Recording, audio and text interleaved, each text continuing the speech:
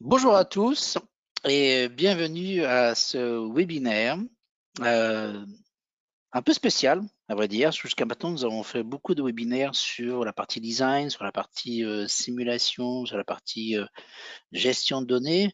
Aujourd'hui, on va faire un webinaire un peu différent des autres parce que celui-ci va porter sur les défis et les solutions pour rationaliser les processus de production. Donc, c'est un sujet très important parce que pour plus de 70% des industriels, c'est une priorité que de rationaliser ou améliorer l'outil de production. Aujourd'hui, je vais avoir la chance de vous présenter, d'animer cette session. Je serai accompagné de 3 experts. Le premier, c'est Adrien Zighetti, qui est directeur stratégie chez Dassault Systèmes, de Julien Zins, qui est également responsable des ventes et en charge de toute la partie Digital Continuity chez CPI, spécialiste notamment de DelmiaWorks, et de William Naornak, qui est aujourd'hui avec nous depuis le Québec. Donc merci William, et qui va, William, partager son expérience avec nous parce qu'il a eu l'occasion d'implémenter DelmiaWorks dans son entreprise. Nous allons avoir un agenda assez chargé. Donc, on a 40 minutes, plutôt 50 minutes. La première étape, c'est plutôt comment améliorer l'efficacité de l'outil de production. Donc, on va discuter de cela avec Adrien et Julien. Ensuite, voir et écouter le témoignage de William.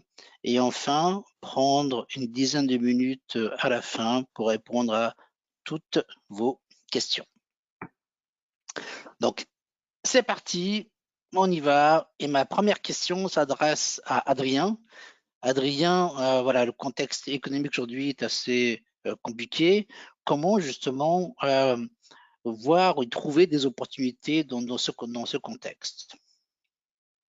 Bonjour à tous, merci Kamel. J'espère que vous m'entendez bien.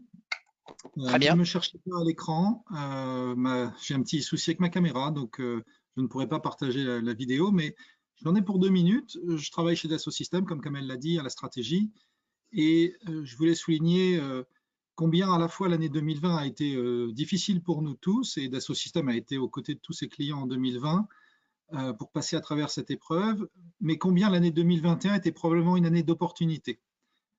C'est important pour nous d'être à vos côtés, et ce qu'on constate, c'est qu'en 2021, il y a beaucoup d'argent sur la table, notamment mis par les États. Il y a beaucoup d'opportunités de se transformer, de rebondir après les difficultés qu'on a eues en 2020, que vous avez pu avoir. Et nous serons très heureux d'être à vos côtés pour vous aider à trouver ce nouveau souffle et à capturer de nouveaux marchés. Donc, je voulais commencer ce webinaire en vous disant qu'il y a quelque chose d'essentiel dans ce rebond, c'est d'être capable de gagner en agilité, en efficacité. Ça, tout le monde vous le dit, c'est assez classique. Mais comme petit clin d'œil, je voudrais vous donner un petit 10 secondes d'un petit témoignage d'un de nos clients en Irlande. Et je reviendrai juste après une minute dessus. S'il te plaît, Kamel.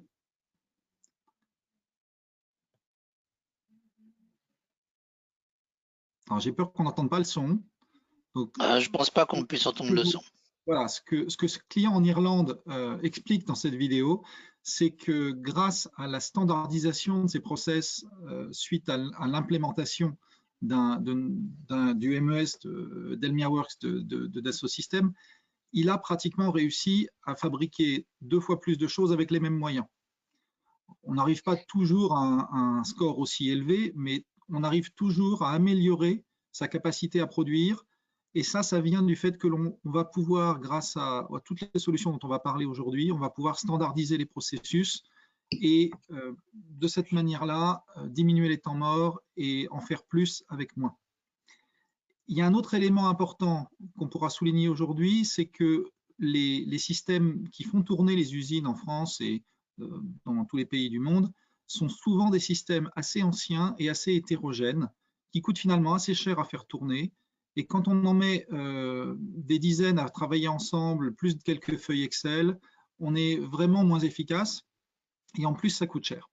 Donc, l'un des angles de discussion, ça pourrait être aussi de voir comment, en standardisant et en mettant un système en place qui est un système unifié, on arrive à gagner en plus à réduire les coûts informatiques qui sont associés.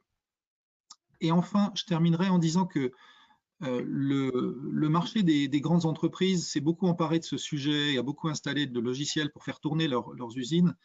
Mais aujourd'hui, c'est l'heure de faire ruisseler, pour prendre une expression assez familière pour nous Français, de faire ruisseler cette connaissance et d'être capable de distiller les bonnes pratiques de l'industrie à travers toutes les PME qui servent les grands groupes, de manière à gagner énormément, encore une fois, en capacité à traverser les difficultés, à accompagner la croissance et à réduire les coûts. Voilà, tous les thèmes sont là, je vous remercie et je pense que Julien va en reparler énormément. Tout à fait, merci Adrien. Justement, Julien, je pense que ce serait bien peut-être que vous commenciez par vous présenter et Oui. ensuite j'ai une question spécifique pour vous. Oui, très bien. Vous m'entendez bien? Très bien. Oui. Donc bonjour, donc oui, je suis Julien Zins, je suis en charge, comme tu l'as dit, de toutes les activités chez CPI autour de la continuité numérique et notamment les MES. Donc ça fait 20 ans en gros que j'utilise les solutions de Dassault Systèmes pour digitaliser des usines ou créer des jumeaux numériques. Et concernant CPI, CPI est une société de services en méthode industrielle. Donc nous accompagnons nos clients pour les aider à augmenter leur performance industrielle à l'aide d'outils numériques. Nous sommes basés au Luxembourg et en France et voilà, nous distribuons la solution DemiaWorks sur la France et au Benelux. Et voilà, c'est la raison pour laquelle aujourd'hui on va témoigner et vous présenter les tendances. Donc les tendances du marché, c'est ça Kamel? Tout à fait, les tendances du marché. C'est intéressant d'entendre votre point de vue là-dessus. Eh ben, aujourd'hui, les industriels du secteur du manufacturing, qu'ils soient des PME ou des entreprises de taille intermédiaire, ils doivent trouver des solutions et surtout des réponses à des problèmes de plus en plus complexes. On le voit, de plus en plus les clients ont une demande sur la personnalisation des produits. Donc ça donne que les produits sont de plus en plus complexes et ils doivent également faire face à une compétition à l'échelle mondiale, c'est-à-dire que le terrain de jeu n'est plus uniquement local. De plus en plus, ils vont avoir besoin de répondre à des besoins extrêmement loin ou même à proximité de chez eux, mais ils vont se faire challenger par des compétiteurs qui eux aussi sont agiles et répondent sur les mêmes problématiques qu'eux. Donc il va falloir qu'ils aient des outils pour se démarquer. Donc pour ça, les clés pour pouvoir répondre à ce genre de problématiques, les défis sont surtout autour du planning, de l'ordonnancement de la fabrication. Il faut pouvoir se reconfigurer très rapidement, il faut pouvoir faire face à des demandes extrêmement hautes ou extrêmement basses. Donc on l'a vu pendant la crise qu'on est en train de traverser, qu'il y a des usines qui se sont mises à l'arrêt, mais certaines qui avaient digitalisé leur processus ont eu la chance de pouvoir continuer à produire et ne pas arrêter l'outil de production. Donc ça, c'est les tendances. Bien entendu, ça a des impacts sur les organisations. Donc on l'a dit, l'agilité, la flexibilité. Donc on ne peut plus travailler entre guillemets à l'ancienne. On est obligé d'utiliser des outils digitaux. On est obligé de simuler ce qu'on va produire pour avoir des processus bien modélisés et être capable de répondre à n'importe quelle sollicitation. Voilà. Très bien, merci Julien. Du coup, j'ai une autre question, parce que tu avais évoqué ce sujet-là, c'était toute la partie un peu continuité numérique, et on entend beaucoup parler de RP, de MES. Est-ce que tu peux nous en dire un peu plus ou expliquer un petit peu ce process et le lien entre un ERP et un MES de l'autre? D'abord, donc la continuité numérique, ça peut vouloir dire tout dire et rien dire. Là, on parle plus de continuité numérique dans le manufacturing, donc dans un atelier de production. pour les gens qui nous écoutent aujourd'hui. C'est la capacité qu'une entreprise a d'assurer la singularité de ses données, c'est-à-dire que au sein même de son atelier, c'est-à-dire que chaque personne puisse trouver les bons documents, les bons programmes au bon moment, au bon indice.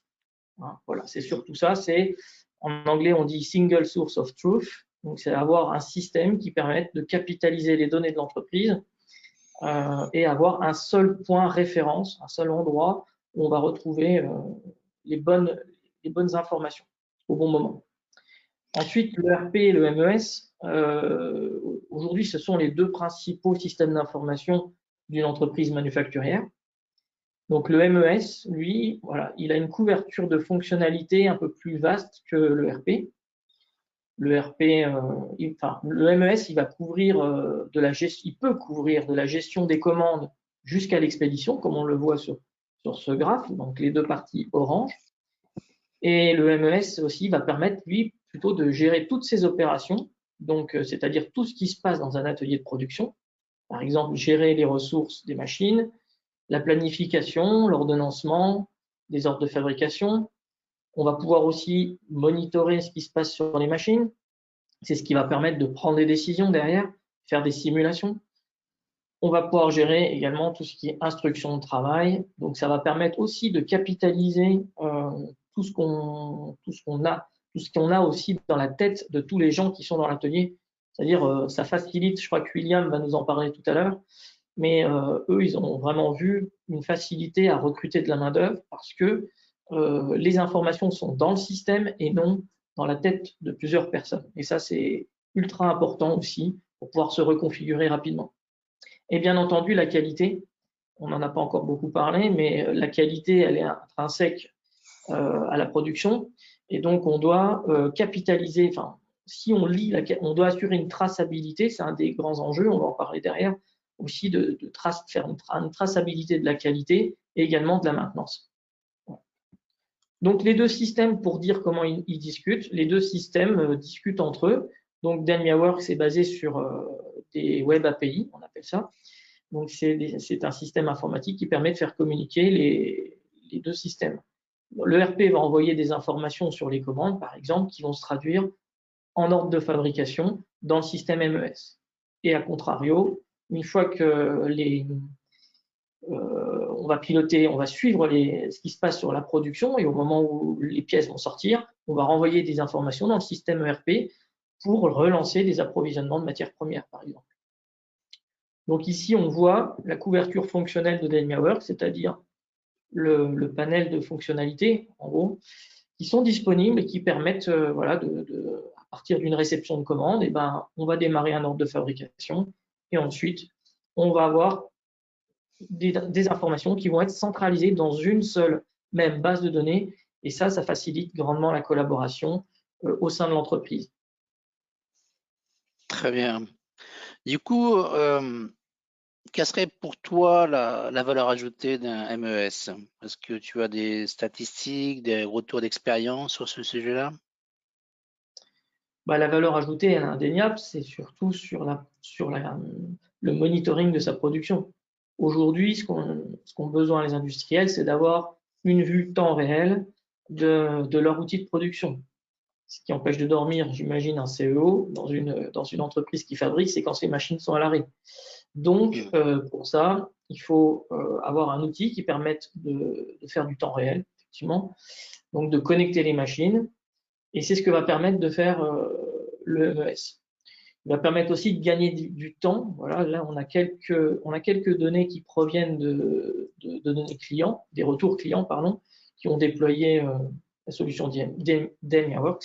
Il y a presque 100 entreprises qui le déploient chaque année dans le monde. Donc, en gros, ça va vous permettre de gagner du temps sur l'estimation de vos dates de livraison, puisqu'on monitore toute la production, qu'on a un outil qui nous permet de planifier, ordonnancer, et aussi planifier toutes les opérations de maintenance. Le système va tenir en compte de toutes les révisions et planifications de maintenance pour pouvoir faire des calculs de livraison au plus tôt de la pièce chez le client. Voilà. Donc, on a d'autres indicateurs qui sont le temps de disponibilité de l'atelier qui est augmenté, puisque le système essaye de booker au maximum les unités de production. Donc, on va avoir une augmentation de l'efficacité de l'usine quelque part et permettre forcément aussi de réduire les espaces de stockage pour ceux qui font du stock, du make to stock. Voilà. Donc ça, ce sont les principaux indicateurs. On pourra y revenir si des gens ont des questions après. Oui, ce slide, il est intéressant parce que pour beaucoup de gens, ils entendent parler d'industrie du futur, industrie 4.0, et ça ne veut pas dire grand-chose pour eux. En gros, ce qu'on peut dire, c'est que dans une industrie manufacturière, la valeur ajoutée, l'argent, on le crée dans l'atelier.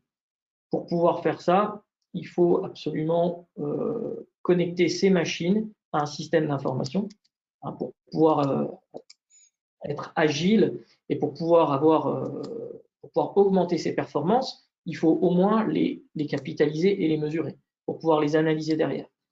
Donc, cet outil, l'outil d'Engineering-Works, il permet de monitorer sa production et monitorer ses procédés. C'est-à-dire la production, on va récupérer l'état de toutes les machines, mesurer aussi ce qu'on appelle les OE, donc c'est les paramètres qui permettent de donner la capacité de l'unité de production en termes de charge, en termes de disponibilité, on va dire, les opérations de maintenance et tout ce qui est automatisation de tâches. Le monitoring des procédés, c'est plutôt tout ce qui va être le contrôle des process ou le contrôle de la qualité, donc avec ce qu'on appelle par exemple le SPC, les statistiques, et puis aussi bien entendu tout ce qu'on disait, la documentation pour pouvoir envoyer des instructions de travail aux opérateurs ou à tous les intervenants dans le cycle de production d'un produit. Et Julien, je crois que tu as également prévu un slide sur le directeur qualité. Est-ce que tu peux nous en dire plus sur ses objectifs et sur ses défis? Oui, alors bon, on a pris l'exemple du responsable qualité parce que c'est vrai qu'on entend souvent dans les entreprises les responsables qualité parler de gérer ça avec Excel ou alors d'être décorrélé des systèmes existants, alors que le MES permet complètement de faire de gérer ces fonctions qualité parce qu'il n'y en a pas qu'une, bien entendu. Il y a des standards qui sont là dans l'automobile, dans l'aéronautique, et tout le monde est de plus en plus astreint à respecter des certifications. Donc, il faut forcément pouvoir tracer sa qualité, l'attacher à un ordre de fabrication pour pouvoir facilement faire du reporting ou de la certification quand on veut aller chercher de nouveaux marchés. Donc, il y a un outil qui permet de mesurer, piloter et surtout développer l'efficacité opérationnelle. Ça passe par l'efficacité et l'efficience de la qualité dans l'entreprise. Donc là, oui, effectivement, on retrouve les principaux enjeux de l'ingénieur qualité et comment on va l'aider à atteindre ces objectifs-là. Donc, le fait que tout soit au même endroit, c'est-à-dire que les gens de la production, les opérateurs, les responsables de production ou même le planning, toutes ces personnes vont déposer des informations qui vont être contrôlées par la qualité, où la qualité pourra venir associer des informations. C'est un système qui permet de capitaliser et digitaliser dans un seul et même système les données de production et la qualité. Très bien. Je profite de l'occasion également pour rappeler à tous nos participants qui peuvent également poser leurs questions. N'hésitez pas à utiliser la fonction questions ou chat sur votre navigateur. On prendra un peu de temps à la fin de cette session pour répondre à toutes vos questions. Très bien, merci Julien. Donc, c'est très intéressant effectivement. Et je crois également que vous avez un témoignage client. Est-ce que tu peux nous en dire un peu plus sur ce témoignage? Oui, je vais remettre la caméra. Voilà, il y a William, notre ami William qui va témoigner, qui est basé à Montréal, de la société Plastic Edge, mais je vais le laisser se présenter. À toi, William. Parfait. Merci beaucoup, Julien, Kamal, Adrien, de me laisser l'opportunité de présenter Plastic Age et notre utilisation de DermiaWorks.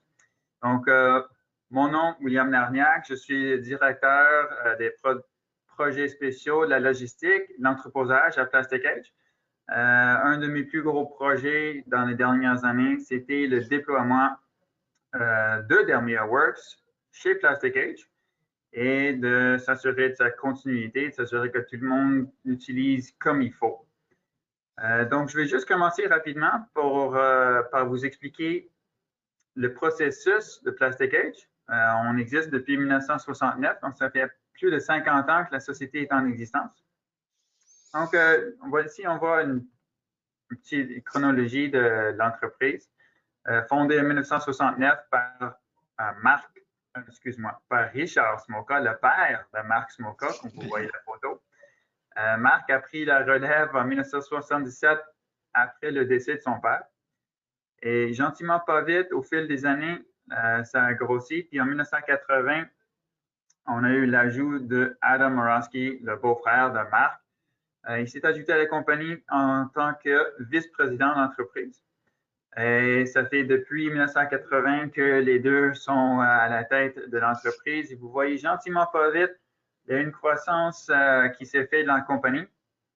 Ils sont passés d'une entreprise de 22 000 pieds carrés en 1979 à une bâtisse beaucoup plus grande aujourd'hui. En 2001, l'agrandissement de l'usine à 122 000 pieds carrés. Puis, comme j'ai dit, gentiment, pas vite, on a fait des embauches d'ingénieurs, de vendeurs.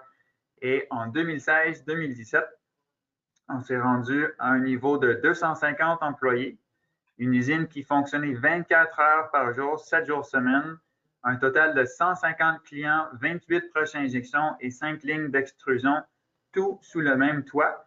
Donc, il fallait faire quelque chose parce qu'on avait tellement de différentes demandes de clients qui voulaient personnaliser leurs produits, un peu comme ce que Julien disait tantôt. On a des tout petits clients avec des productions qui sont de 3-4 heures et nous avons des clients multinationaux où est-ce qu'on peut mettre le moule pour des semaines, sinon des mois à la fois. Donc, il fallait trouver une façon de réagir à tout ça. Voilà la photo de l'entreprise aujourd'hui.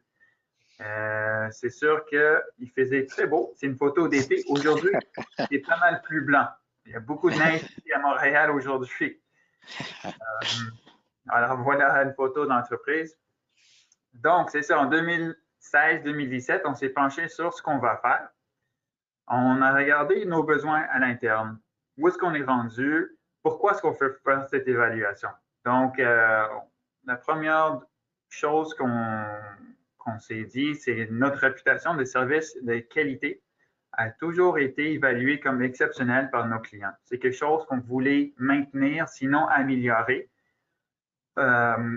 avec n'importe quel système qu'on allait utiliser. Avec 150 clients, un peu comme ce que j'ai expliqué, on a diverses industries, que ce soit résidentiel, automobile, militaire, construction et autres. Donc, il fallait s'assurer d'avoir un système qui pouvait répondre aux besoins de Plastic Age, mais aussi aux besoins de nos clients, parce qu'on a des demandes qui sortent un peu partout. Par exemple, certains de nos clients fournissent des matières premières et il y en a d'autres que nous autres, on achète pour fournir à nos clients. Donc, juste cette patate chaude, il fallait être capable de la gérer. L'équipe administrative, reculez juste un petit peu, ouais, pas de problème. L'équipe administrative et d'ingénierie était en mode croissance. Ce qui nous a enclenché le système, c'est que nous avons plus de bureaux. Il n'y a plus de place pour embaucher d'autres personnes. Donc, il fallait trouver une solution au problème. L'équipe grandissait et avec le grandissement de l'équipe et le fait qu'on a beaucoup de mini-systèmes dans la bâtisse, surtout sur Excel, il fallait trouver des solutions parce qu'on s'enlignait vers une comptabilité multidivise. On va chercher des clients internationaux. Et bien sûr, on a eu le renouvellement de la main-d'œuvre. Les anciens qui travaillaient ici depuis 20-30 ans, gentiment pas vite, ils prenaient leur retraite. Et avec la retraite, ben, ils prenaient toutes les connaissances avec eux. Donc, il fallait trouver une façon d'être capable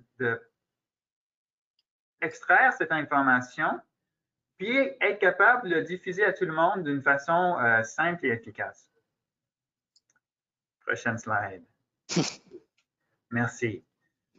Donc, on a fait notre évaluation et on s'est dit qu'il nous fallait un système ERP, Manufacturing ou MES.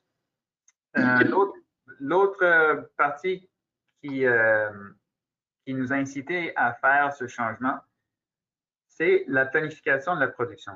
On a 28 machines, puis à chaque matin, le planificateur passait 1h30 à faire la run de lait. Il passait de machine à machine, valider où est-ce qu'on a été rendu sur les productions, combien d'heures qui restaient, combien d'heures ont été accomplies, les temps des cycles, les rejets. Il présentait le tout 1h30 plus tard.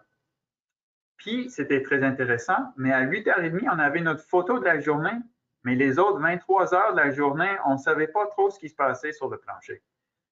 Donc, l'objectif était d'avoir une visibilité plus grande.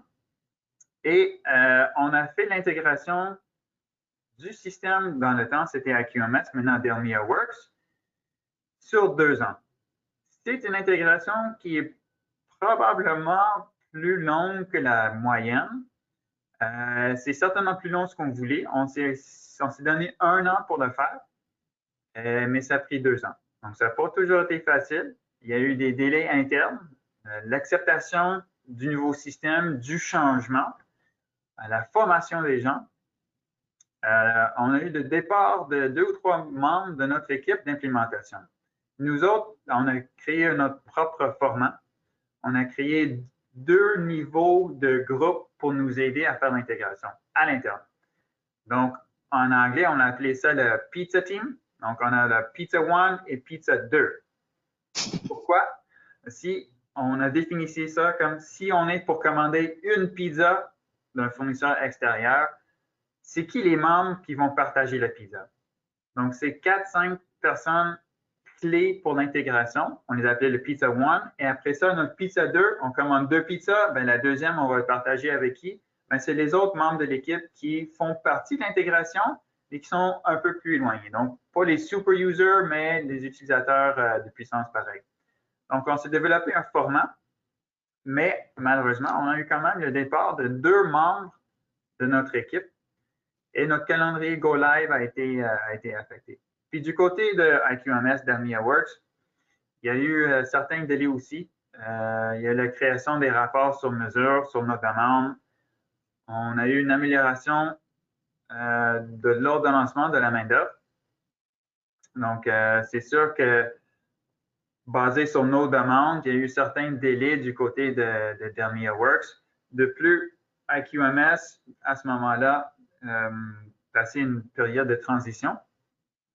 Donc maintenant, avec Dassault, ils ont beaucoup plus de ressources que dans le temps, donc les choses vont beaucoup plus vite.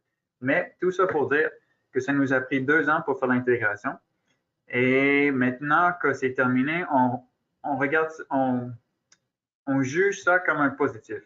Donc pour nous, d'avoir pris 2 ans, ça nous a aidé vraiment à intégrer le système comme il faut, s'assurer de la formation. Et la journée qu'on a fait le Go Live, ça a été très, très simple parce qu'on s'est fait un 3 mois d'essai actuellement de production dans le système, dans l'environnement test. Donc, ça nous a permis vraiment de valider les processus et d'être capable de s'ajuster avant de faire le vrai Go Live. Donc, maintenant, 4 ans plus tard, après avoir fait d'autres sondages clients, on maintient ou sinon on améliore notre réputation de qualité de service vers le client. On a des augmentations de vente d'environ 15%. C'est dû en partie à IQMS. Pourquoi? IQMS, pardon, DermiaWorks, parce qu'on a plus de visibilité. Le système nous permet de voir les manques à gagner. Et après ça, c'est aux administrateurs de prendre les décisions. Donc, nous autres, l'objectif, c'était maintenir notre équipe administrative, mais être capable de grossir la business. Donc, faire plus avec autant. Donc, puisqu'on n'avait plus de bureau à partager puis embaucher d'autres gens, il fallait que les gens qui sont en place aient la capacité de faire plus avec les outils qu'on avait en place. Donc, un système comme DermiaWorks, avec un système MES, nous permet d'avoir une plus grande visibilité, d'être capable de faire des soumissions qui sont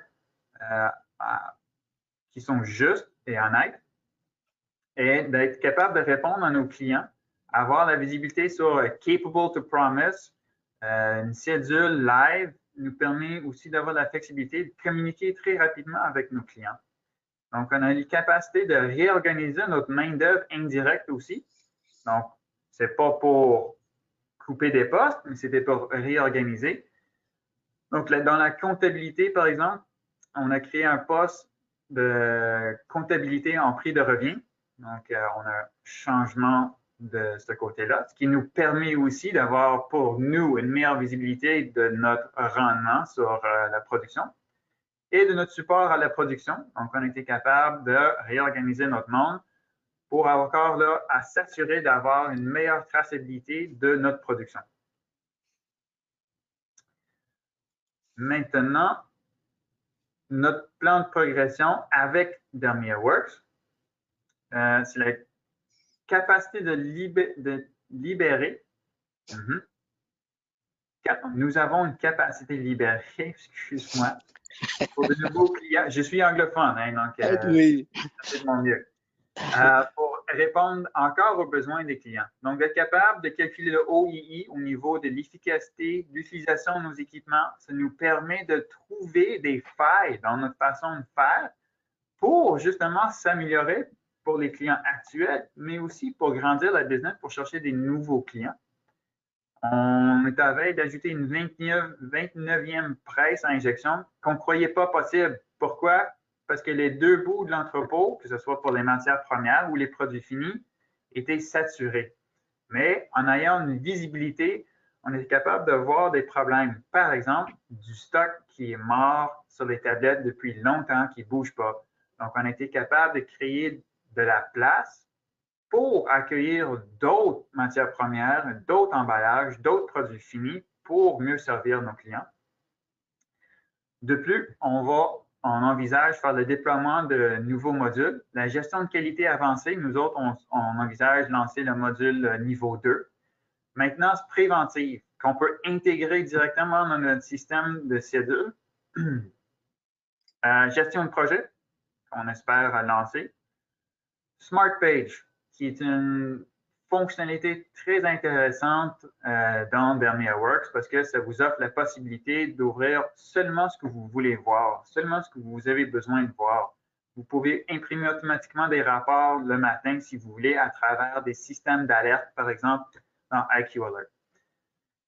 Donc, avec ça, on va migrer cette année vers une nouvelle version pour justement profiter de ces nouvelles fonctionnalités, de ces qui sont intégrés dans DermiaWorks.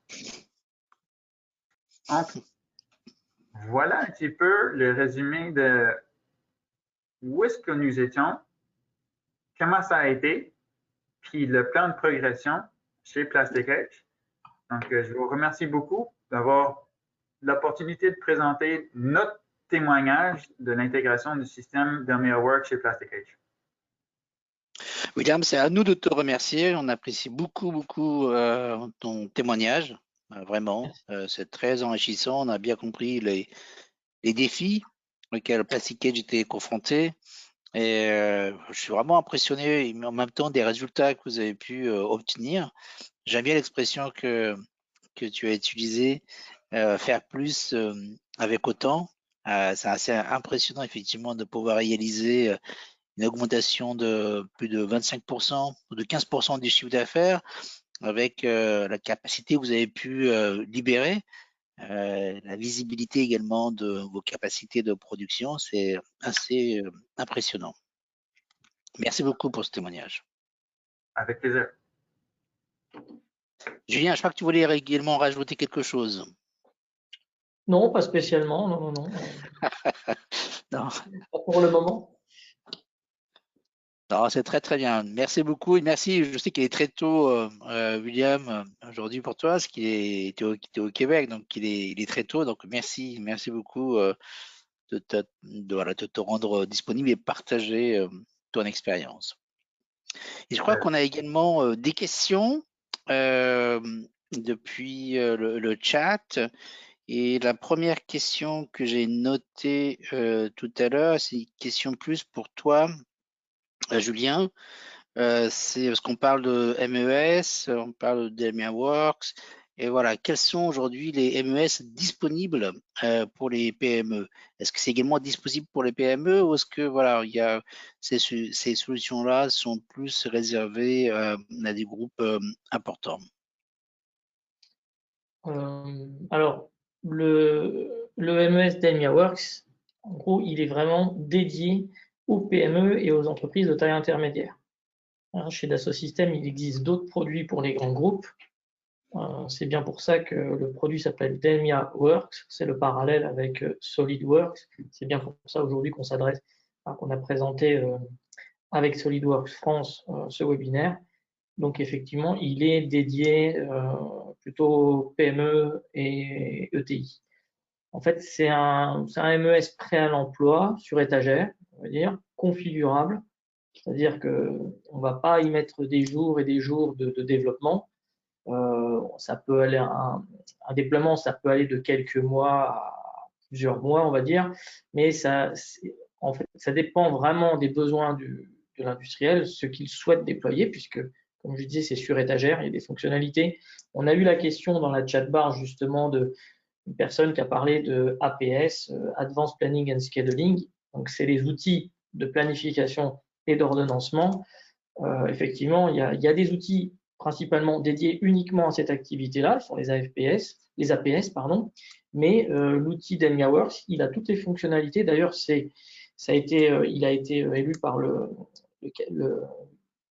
cabinet Gartner comme la solution logicielle qui a la plus grosse couverture fonctionnelle pour le manufacturing. Donc, il est dédié manufacturing, quel que soit le procédé. Alors, si on procédé d'injection plastique, ça peut être de la découpe du métal, ça peut être voilà, bien de consommation, injection plastique, voilà, tous ces procédés-là, mais il est principalement pour les PME et ETI, pour répondre à ta question. Donc, c'est disponible pour les PME, les ETI, donc c'est prêt à l'emploi. En même temps, William, quand il a partagé son expérience, il a mis 2 ans, donc ça veut dire que ça dépend également de l'organisation en tant que telle. La techno est prête. Après, c'est plutôt aux dirigeants de voir comment ils souhaitent intégrer cet outil MES. Oui, bah, dans tout projet MES, dans tous les cas, il y a toujours cette analyse et cette définition, cette expression des besoins. Où il faut bien mesurer si le calendrier, si on fait ça avec différentes étapes, bien identifier tous les secteurs de l'entreprise qui vont être concernés ou qu'on souhaite intégrer dans le projet. Le mieux, c'est de les intégrer tous, mais il peut y avoir aussi des contraintes avec des produits déjà existants. Voilà. Donc ça, nous, on en prend compte et on est là pour accompagner justement les industriels à faire ce déploiement et à faire surtout cette analyse. Si je peux me permettre, effectivement, l'outil pour les PME, c'est Adrien Cietti d'Assault Systèmes qui parle. L'outil pour les PME, il est effectivement là, il est sur étagère, comme on dit, prêt à l'emploi. Mais effectivement, contrairement à beaucoup d'autres outils du même type, il touche tous les secteurs de l'entreprise qu'on veut faire fonctionner ensemble.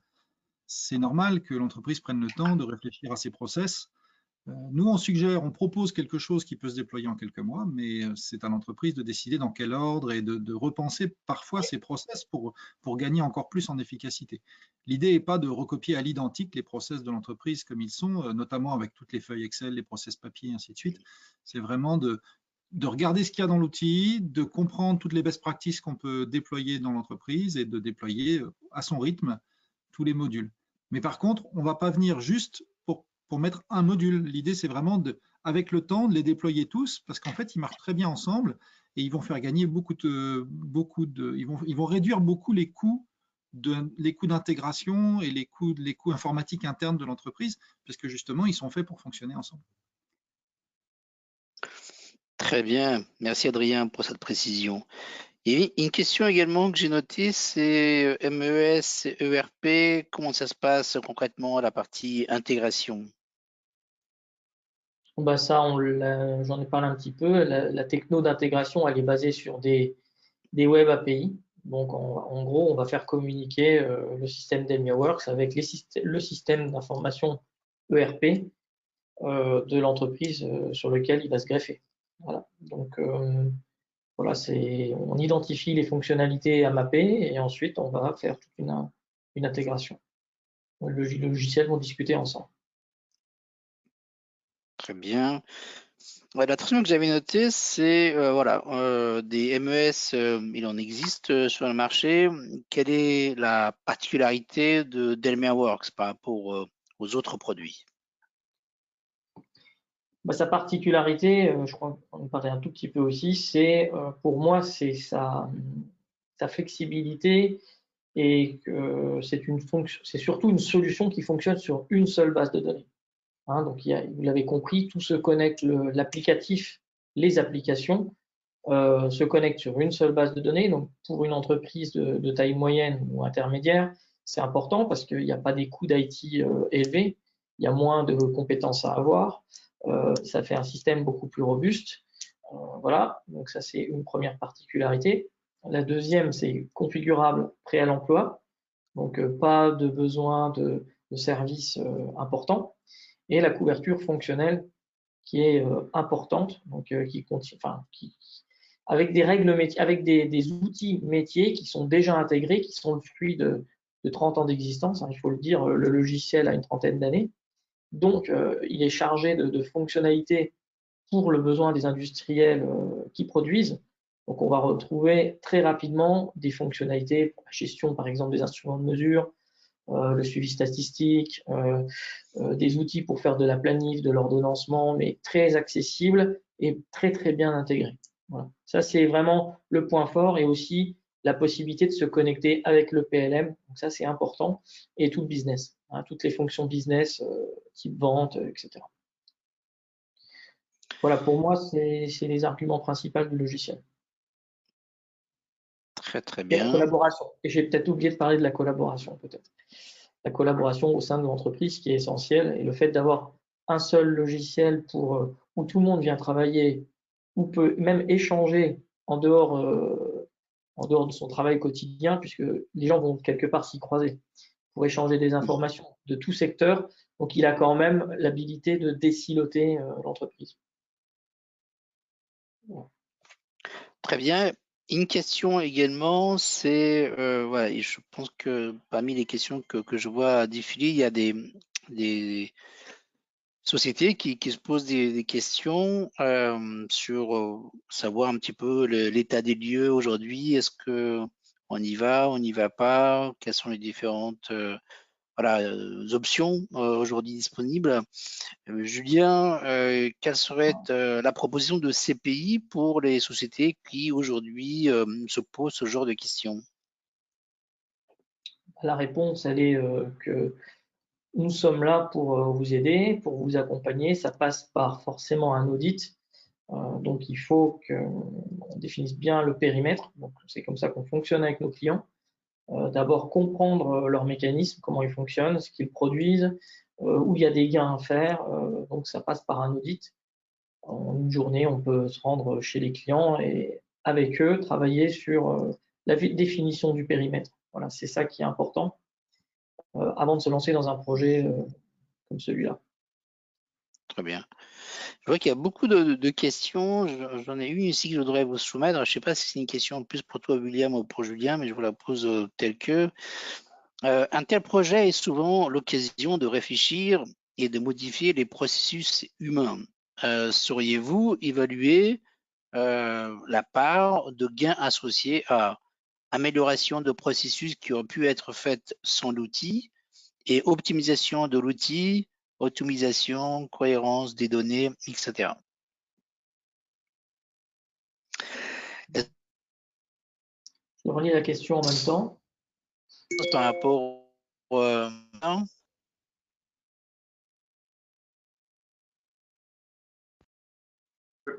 Excuse-moi, Kamal, peux-tu juste relire la question? C'était quand même... Donc, En fait, c'est sauriez-vous évaluer la part de gain associée quand on implémente un outil type MES? Est-ce qu'on peut aujourd'hui évaluer la part de gain qui est associée? Quelle est la part associée à l'outil par rapport à l'amélioration À du l'humain, processus par et à rapport à l'humain? l'humain. oui, il C'est faut. difficile, hein, je pense, de Euh, séparer les deux. mon opinion, c'est qu'il faut le faire ensemble. Et on n'a pas de choix. Et tout le monde peut être formé. C'est pas vrai que le monde ne peut pas être formé. Je ne sais pas si vous voyez la photo du monde dans notre équipe de premier quart de travail. Je vous dirais qu'on a beaucoup de gens qui viennent de beaucoup de différentes parties du monde. Donc, il y a des héritages très différents. C'est très multiculturel. Et c'est important qu'on s'assure que tout le monde soit aligné pour faire les mêmes tâches. Nous autres, on avait cette crainte au début et notre consultant chez Dermia Works nous a suggéré de plus qu'on change, on est mieux de changer.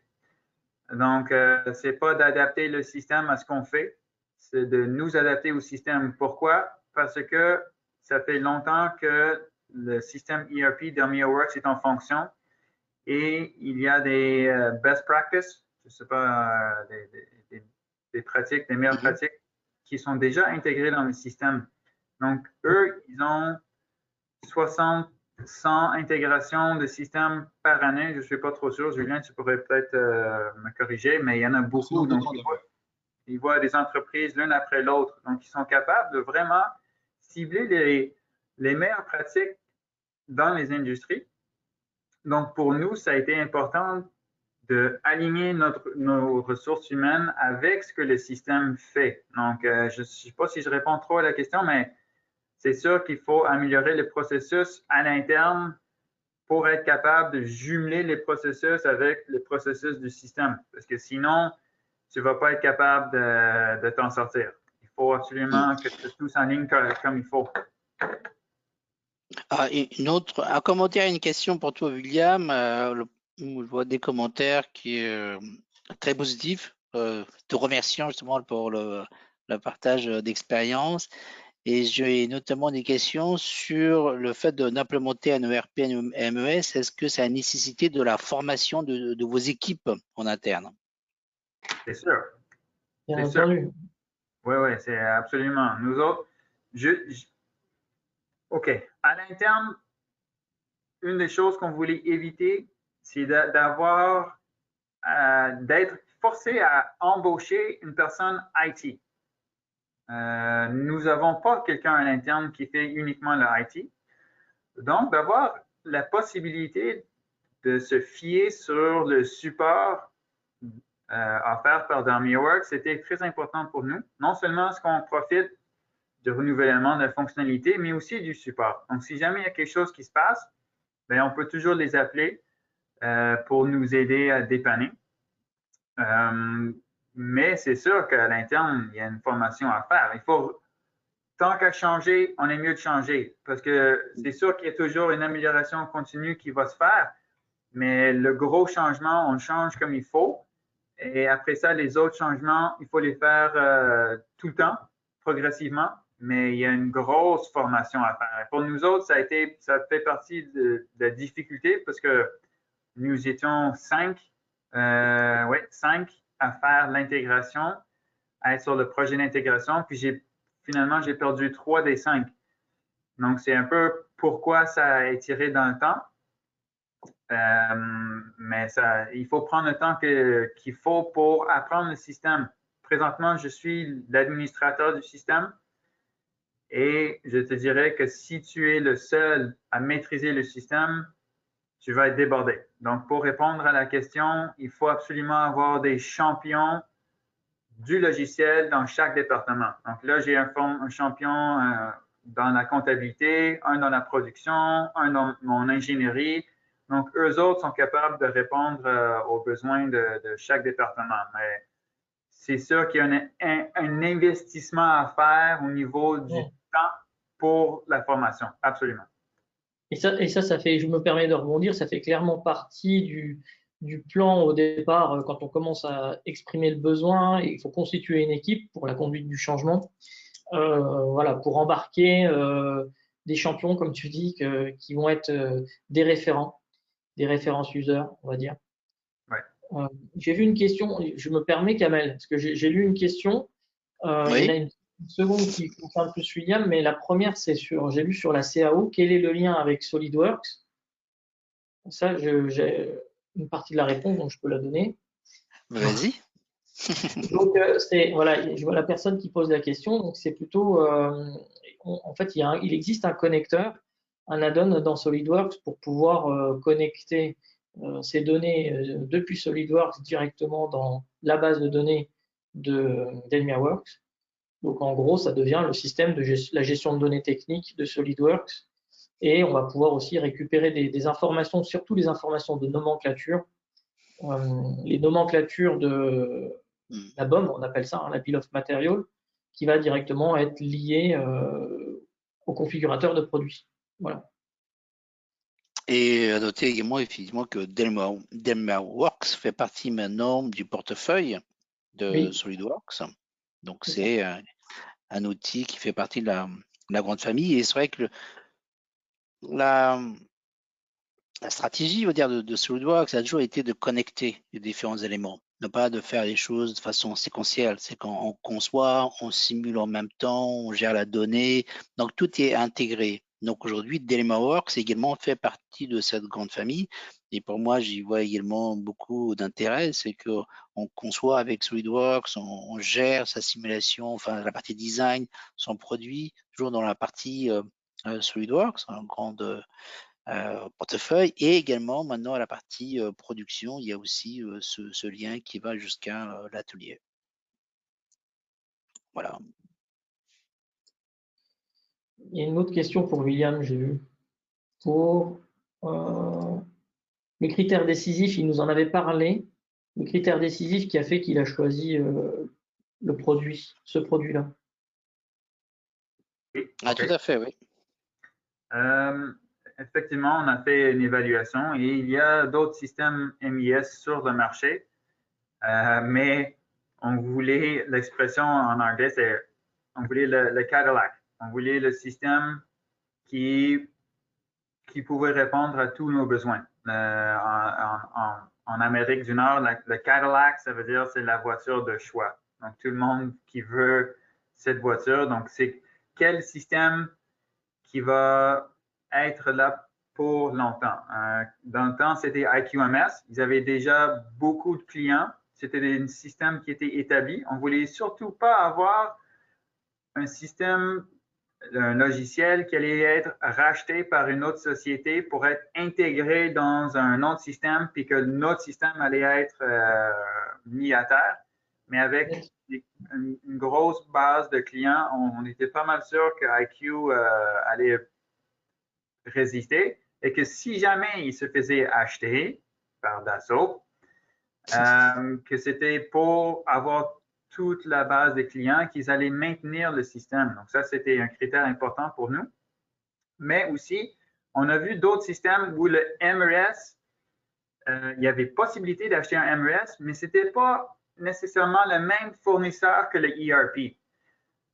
Donc, nous autres, on voulait plus cette chicane où est-ce que c'est bon, c'est pas le problème ERP, c'est le système MIS qui fait défaut et que tout le monde se lance la balle. On voulait, encore l'expression en anglais, c'est one throat to choke. Donc, on voulait une ressource où si jamais il y a quelque chose qui va pas bien, ben on appelle un fournisseur. Donc, ça, c'était important. Puis, bien sûr, DelmiaWorks a toute la fonctionnalité qu'on avait besoin, sinon beaucoup plus actuellement que ce qu'on avait besoin. Donc, ça nous permet de grandir. Donc, non seulement est-ce que c'était un choix pour aujourd'hui, mais c'est un choix pour l'avenir aussi, où est-ce qu'on peut grandir. Même si on achète d'autres bâtisses, c'est possible d'intégrer d'autres usines à l'intérieur de ce système. Donc, il y a plusieurs facteurs. Merci William. Oui.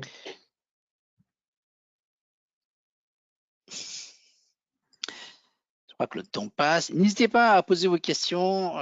On pourra toujours y répondre par la suite. Je pense que Julien, William, Adrien seront là pour continuer la conversation avec vous. Et nous, on a également 3 rendez-vous à vous proposer. Les prochains rendez-vous sur cette thématique-là, c'est tout d'abord un prochain webinaire que nous ferons le 23 mars avec Julien, avec CPI. Donc, qui sera, lui, dédié au ce qu'on appelle le real-time monitoring. Tu peux nous dire quelques mots, peut-être, Julien?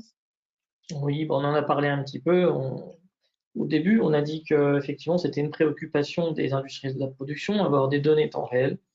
Donc, on aura un témoignage d'une entreprise qui a déployé la solution, mais essentiellement pour ça, pour avoir des outils de dashboarding, de business intelligence, faire des choix stratégiques sur leur production en fonction des données temps réel qu'ils mesurent sur leur outil de production.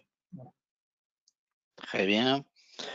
Le 18 mai, nous allons également vous proposer un événement sur le thème du manufacturing. Le nom n'est pas encore finalisé, mais retenez bien cette date-là. C'est un événement Dassault Systèmes. Et on aura également l'occasion d'animer quelques sessions. Et enfin, au mois de juin, un événement assez important où on aura tous les experts de tout l'écosystème SolidWorks qui sera là. Donc le 22 juin, on aura beaucoup de sessions sur beaucoup de thématiques, à la fois sur la partie design, sur la partie également simulation, gestion de données et aussi la partie manufacturing. Donc je pense qu'on aura l'occasion de vous partager cette information-là très bientôt. Mais en tout cas, voilà les prochaines dates. Donc c'était aujourd'hui une sorte un peu d'introduction à cette thématique-là. Et je tiens notamment à remercier bien sûr William pour ton intervention. C'était vraiment très intéressant. Julien également, merci d'avoir animé et présenté cette session-là. Et également Adrien. Adrien, merci pour les perspectives. C'était également très intéressant. Donc voilà, c'était un premier webinaire sur ce sujet-là. On aura d'autres rendez-vous. Et je tiens donc à vous remercier tous et également les participants. Et je pense que Julien, tu vas certainement donner suite aux différentes questions qui nous ont été posées. Oui, on y répondra directement par mail. Très bien. Voilà, bah écoutez, merci à tous. Merci beaucoup pour votre participation. Donc, on vous donne rendez-vous le 23 mars pour ce prochain webinaire. Merci à tous. Merci à vous tous. Au revoir. Au revoir.